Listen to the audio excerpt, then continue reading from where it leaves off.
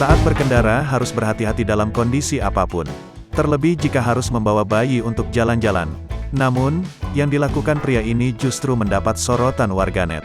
Pasalnya saat membawa motor juga sambil menggendong bayi, namun posisinya membuat warganet melongo. Pasalnya, si bayi digendong malah menghadap ke arah belakang motor. Momen itu, terlihat dalam unggahan video yang diposting akun Facebook Nisa Anisah.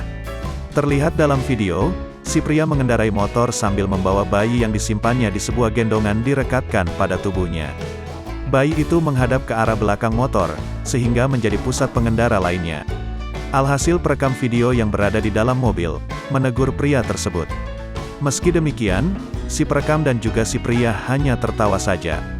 Warganet pun merasa ngeri melihat posisi si bayi yang bisa saja terancam keselamatannya.